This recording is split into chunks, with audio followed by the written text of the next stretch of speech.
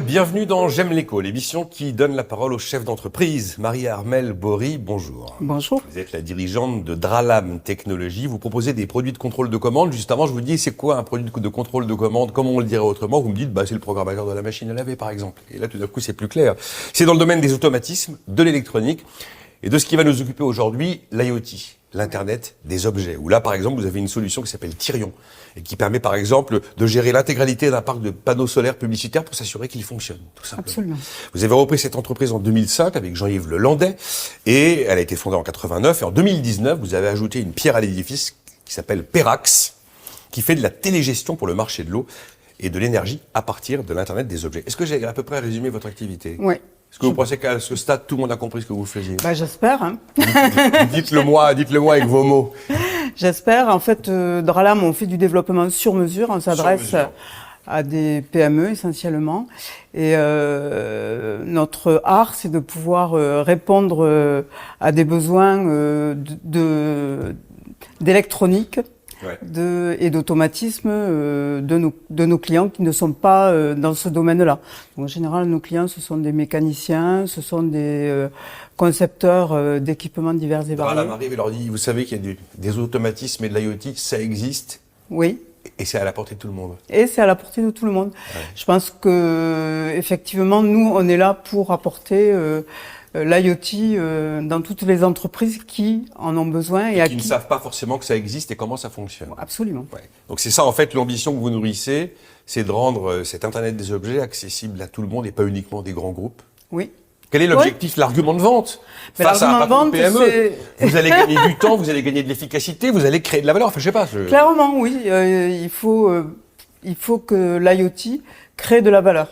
Donc c'est améliorer ses processus, réduire les temps d'intervention, n'intervenir que lorsqu'on en a besoin parce qu'on va avoir une information qui va remonter pour indiquer un dysfonctionnement, qui va nous permettre de faire de la maintenance préventive parce qu'on va vérifier que le matériel fonctionne ou pas correctement, donc d'intervenir avant et à bon escient. Et c'est Dralam Technologies qui va donc apporter toute la partie technologique? Oui.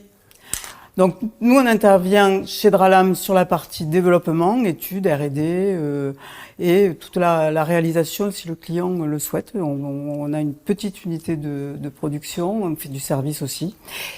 Voilà. On parle beaucoup de cet IoT, de l'Internet des objets, mais ça reste quand même un terme dans la presse un peu spécialisée. Vous voyez, est-ce que vous considérez que c'est un marché qui est en progression, forte progression en France, ou encore un peu balbutiant, justement?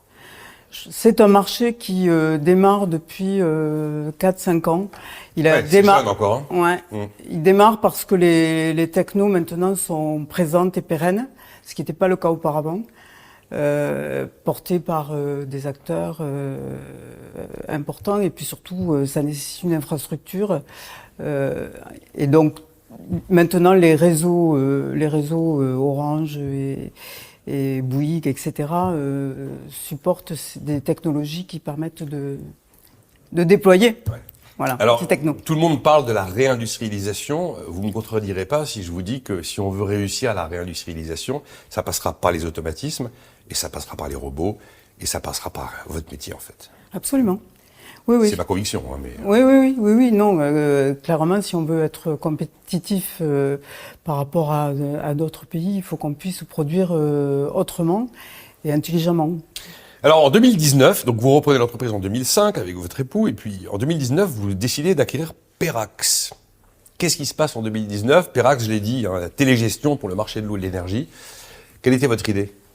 Alors, Perax, c'est une société qu'on connaissait parce qu'elle était cousine pour des raisons les fondateurs de Perax étaient cousins ou beaux-frères. Et donc, un des beaux-frères est parti à créer Dralam 10 ans après. Donc, on se connaissait. D'accord. Et Perax a une quarantaine d'années d'existence dans le domaine de l'eau.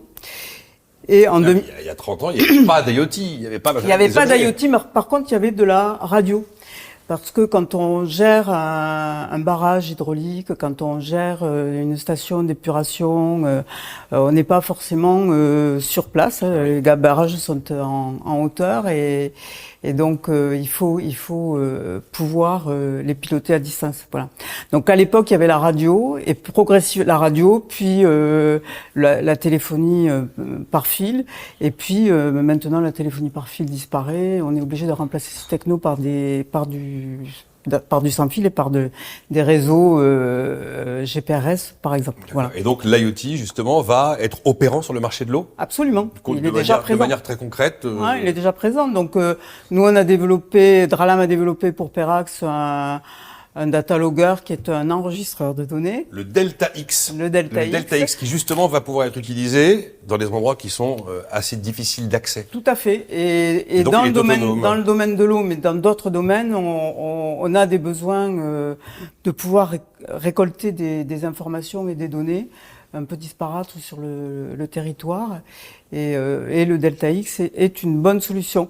C'est un produit qui est simple d'usage et qui est adaptable en fonction du type de capteur que l'on va donc je mets mon Delta X, il va réussir à capter toute une série de données à droite à gauche à partir d'objets connectés et pouvoir surveiller en permanence une infrastructure. Absolument, voilà. Tout à fait. Et vos clients sont les collectivités locales? Alors nos clients sont des collectivités locales, puisque les collectivités locales ont encore la responsabilité de l'eau et de l'assainissement. Oui, bien sûr. Ce sont aussi les grands groupes, Suez, Veolia, SOR, qui sont les gros acteurs de l'eau en France. Vous avez également, parmi vos enjeux, donc on a parlé de l'IoT, on a parlé de l'eau, de l'énergie, la notion d'éco-conception. Qu'est-ce que vous mettez derrière la notion d'éco-conception dans votre activité?